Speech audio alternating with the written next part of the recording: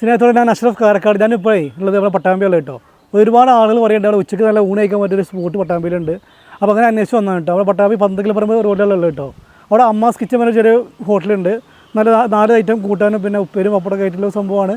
പിന്നെ മാത്രമല്ല നമുക്ക് എക്സ്ട്രാ ആയിട്ട് നല്ല മീൻ പൊരിച്ചത്, നല്ല വെറൈറ്റി മീൻ പൊരിച്ചതുകൊണ്ട് കേട്ടോ. എന്തായാലും പോയി നോക്കാം നമുക്ക് കേട്ടോ. പേര്